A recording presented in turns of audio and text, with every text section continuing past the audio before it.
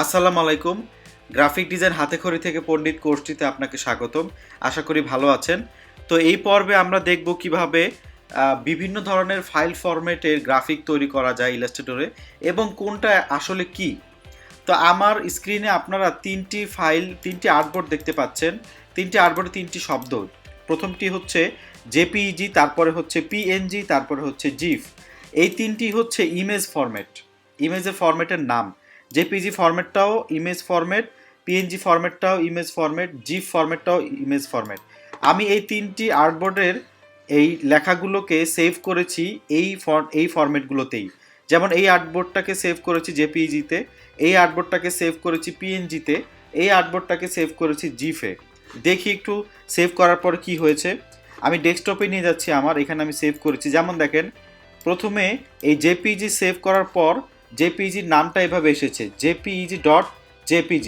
তার মানে এই ফাইলটা যখন আমি জেপিইজি ফরম্যাটে সেভ করেছি তখন .jpg একটা এক্সটেনশন সাথে যুক্ত হয়েছে। এই ফাইলটার ফরম্যাট হচ্ছে .jpg।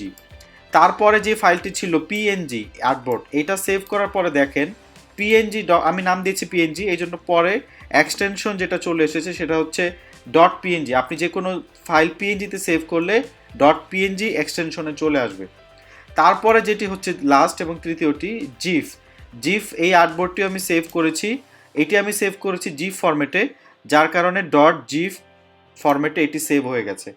তো এই ফরম্যাটগুলো আসলে কি, কোন ফরম্যাটটা, তিনটাই যেহেতু ইমেজ ফরম্যাট, বাট এদের মধ্যে পার্থক্য কি আমরা একটু দেখাবো এখন। সো আমি এখন যাচ্ছি ফাইল থেকে প্লেস।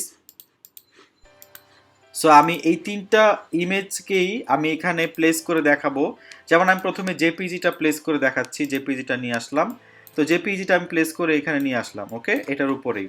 তারপর আবার ফাইলে যাচ্ছি, ফাইলে গিয়ে প্লেসে থেকে আমি পিএনজি ইমেজটা নিয়ে আসছি, পিএনজিটা এখানে, ওকে। এরপরে আসেন আমি ফাইলে গেলাম, আবার প্লেসে গিয়ে আমি এখানে জিফটাকে নিয়ে আসি। সো জিফটাকে নিয়ে আসলাম এখানে, এটা হচ্ছে জিফ। তো আমি তিনটা ফাইল ফরম্যাটকেই সেভ করে আবার এখানে সেই ইমেজগুলোকে নিয়ে এসেছি। পার্থক্য কি দেখেন, তিনটাই সেম জিনিস ছিল, রাইট? তিনটা আর্টবোর্ডে সেম জিনিস, কিন্তু তিনটা তিন রকম দেখা যাচ্ছে। পার্থক্য হচ্ছে জেপিজি যখন আমরা ইমেজ সেভ করব তখন একটি আর্টবোর্ডে কন্টেন্ট যা থাকবে এবং ব্যাকগ্রাউন্ডে যা থাকবে তা সহ সে যে একটা ইমেজ ফরম্যাট সেভ করে ফেলবে। যদি ব্যাকগ্রাউন্ডে কিছু না থাকে তারপরেও সে একটি ডিফল্ট সাদা ব্যাকগ্রাউন্ড নিয়ে নেবে, যেমন এটা হয়েছে। আমার এখানে কিন্তু এই টেক্সট ছাড়া ব্যাকগ্রাউন্ডে কিছু নেই, তারপর আমরা এখানে দেখতে পাচ্ছি জেপিজি লেখা এবং তার চারিদিকে সাদা ব্যাকগ্রাউন্ডটাও চলে এসেছে। তারপরের পিএনজিটা দেখি, দেখেন পিএনজির কিন্তু আমার ব্যাকগ্রাউন্ড নেই, সেম জিনিস এবং শুধু পিএনজি লেখা। এটা পিএনজিতে আমি সেভ করেছি, সেভ করার পর শুধু লেখাটি আসছে। তার মানে পিএনজি এবং জেপিজির পার্থক্য হচ্ছে জেপিজি ব্যাকগ্রাউন্ড না থাকলেও একটি ডিফল্ট ব্যাকগ্রাউন্ড নিয়ে নিবে, আর পিএনজি জাস্ট যা কন্টেন্ট থাকবে সেই কন্টেন্টটিকেই সে সেভ করবে। যেমন এখানে শুধু পিএনজি ছিল, সে শুধু পিএনজি লেখাটি সেভ করেছে, কোনো ব্যাকগ্রাউন্ড কালার বা কোনো ডিফল্ট ব্যাকগ্রাউন্ড সে নেয়নি, ওকে। আর জিফটা কেমন, জিফটা হচ্ছে অ্যানিমেশনের জন্য অ্যাকচুয়ালি। সো জিফটা আমি সেভ করেছি, দেখেন জিফটাও ব্যাকগ্রাউন্ড ছাড়া এসেছে, কিন্তু জিফটা কেমন যেন একটু কোয়ালিটি খারাপ এসেছে, রাইট? এটা অ্যাকচুয়ালি জিফ হচ্ছে অ্যানিমেশন। যেমন আমি একটি অ্যানিমেশন জিফ ফাইল আপনাদের দেখাই এক্সাম্পল আকারে। এটা একটি জিফ অ্যানিমেশন ফাইল, আমি ওপেন করে দেখাচ্ছি। এটা দেখেন অনেকগুলো লেআউট এখানে ওপেন হবে, এইটা। সো এই জিফটা অনেকগুলো ফাইল, অনেকগুলো ইমেজকে একত্র করে এই অ্যানিমেশনটা তৈরি করা হয়। তা আমি এটাকে একটু আপনাদের ব্রাউজারে ওপেন করে দেখাই। যেমন আমি এটাকে ব্রাউজারে ওপেন করে দেখাইলে কেমন আসে দেখেন, এই যে। সো জিফটা এভাবে আসে। তো অ্যাকচুয়ালি জিফ এরকম অ্যানিমেশন টাইপের ফাইল হয়। আমরা যদি কখনো ফটোশপে বা ইলাস্ট্রেটরে এরকম অ্যানিমেশন কোনো ফাইল তৈরি করি, বা আফটার ইফেক্টে বা যে কোনো সফটওয়্যার দিয়ে যদি আমরা অ্যানিমেশন ফাইল তৈরি করি, তাহলে সেটার এক্সটেনশন হবে .gif। আমরা এই প্রতিটা জিফের এক একটা ফ্রেম, যেমন প্রতিটা জিফের এক একটা ফ্রেম চলে আসছে, প্রতিটা জিফের এক একটা ফ্রেম আমরা সেভ করতে পারবো এই .gif অপশন দিয়ে।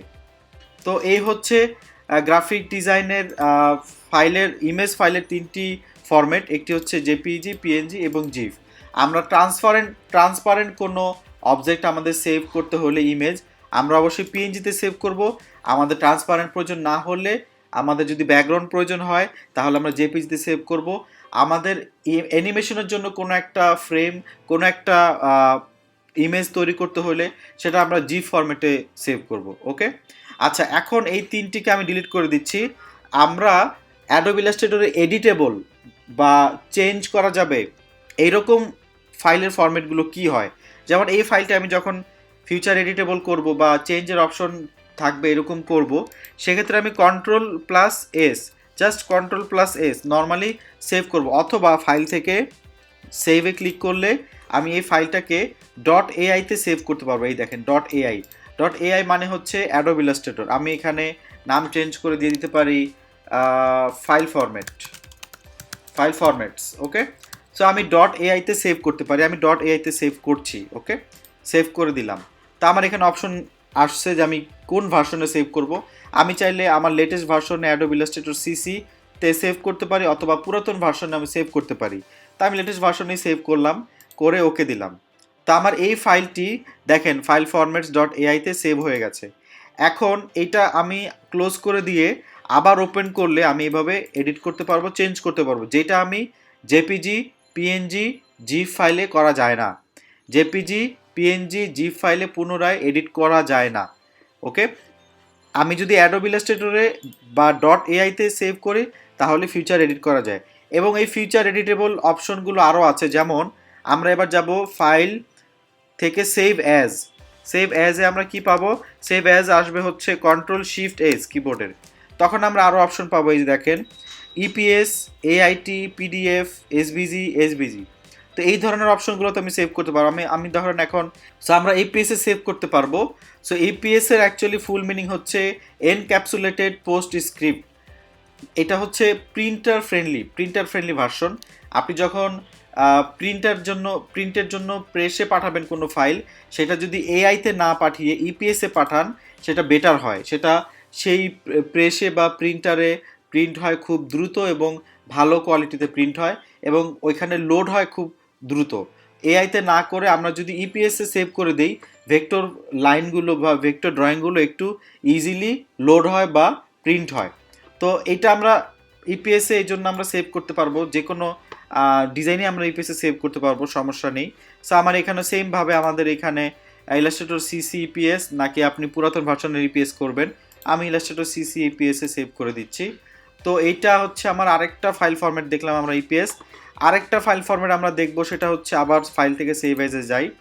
সেটা হচ্ছে আমরা দেখতে পাচ্ছি এখানে ইলাস্ট্রেটর টেমপ্লেট হিসেবে আমি সেভ করতে পারবো। সিলেক্ট করলে আমার ইলাস্ট্রেটর টেমপ্লেট হিসেবে সেভ হবে।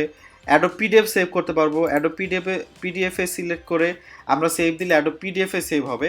পিডিএফ ভার্সনগুলো হচ্ছে রিডেবল ভার্সন বা রিডার ভার্সন, এটাকে বলে এইরকম কেন, কারণ এই পিডিএফ ফাইলগুলো মোবাইলে রিড করা যায়, মোবাইলে দেখা যায়।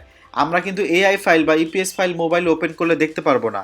আমরা পিডিএফ ফাইলটা মোবাইলে ওপেন করলে বা যে কোনো ডিভাইস থেকে ওপেন করলে ইজিলি দেখতে পারবো। সো অনেক সময় আমাদের পিডিএফ ভার্সন সেভ করতে হলে আমরা পিডিএফ সেভ করে আমরা সেভ পিডিএফ দিতে পারবো। মজার বিষয় হচ্ছে পিডিএফ ফাইলও আপনি ফিউচারে এডিট করতে পারবেন। এটাও একটি ভেক্টর ফাইল ফরম্যাট। ওকে, সো আমি সেভ পিডিএফ দিয়ে দিলে পিডিএফ সেভ হয়ে যাবে। আরেকটি ফাইল ফরম্যাট আমরা দেখি, সেটি হচ্ছে ফাইনাল, সেটি হচ্ছে এসভিজিতেও আপনি অ্যাডোব ইলাস্ট্রেটরের যে কোনো ফাইল সেভ করতে পারবেন। এসভিজি হচ্ছে এটা হচ্ছে ওয়েবের মানে ওয়েবসাইটের জন্য ভেক্টর ফরম্যাট। আপনি ওয়েবসাইটে আমরা অনেক সময় গেমিং ওয়েবসাইট দেখি বা অনেক হাই রেজলিউশনের অনেক ওয়েবসাইট দেখি যেখানে অনেক হাই রেজলিউশন গ্রাফিক অ্যাড করা থাকে, অ্যাকচুয়ালি সেগুলো হচ্ছে এসভিজি ফাইল। আপনি যে কোনো একটা ভেক্টরের কাজ করে বা ইলাস্ট্রেটর যে কোনো একটা ডিজাইন করে আপনি সেটাকে যদি এসভিজি ফরম্যাটে সেভ করে কোনো একটা ওয়েবসাইটে অ্যাড করেন, সেটা ওই ওয়েবসাইটে খুব ভালো হাই রেজলিউশনের গ্রাফিক হিসাবে ওয়েবসাইটের ভেক্টর ফরম্যাট হিসেবে দেখাবে। যার কারণে আমরা যে কোনো প্ল্যাটফর্ম, যে কোনো মোবাইল হোক, ল্যাপটপ হোক, ডেস্কটপ হোক, যে কোনো জায়গা থেকে আমরা ওই ওয়েবসাইটটা ভিজিট করলে ওই কন্টেন্টগুলো আমরা খুব মসৃণ বা খুব ভালো, খুব হাই কোয়ালিটির দেখতে পারবো।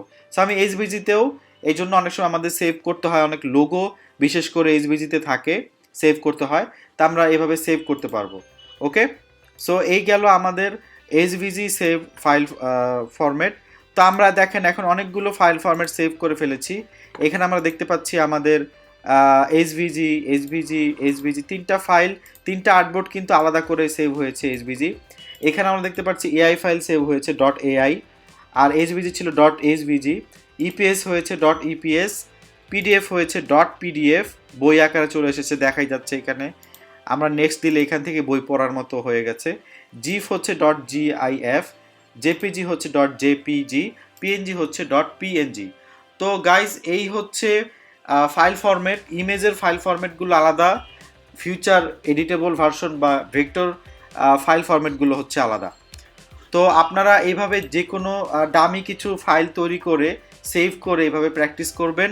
তো এই ছিল এই পর্বে বিভিন্ন ধরনের গ্রাফিক ফাইলের অপশন। আমরা ফিউচারে আরও যদি কোনো গ্রাফিক ফাইলের অপশন থাকে সেগুলো দেখব। গ্রাফিক ডিজাইন হাতেখড়ি থেকে পণ্ডিত কোর্সটির সাথে থাকার জন্য আপনাকে অনেক অনেক ধন্যবাদ। ভালো থাকবেন।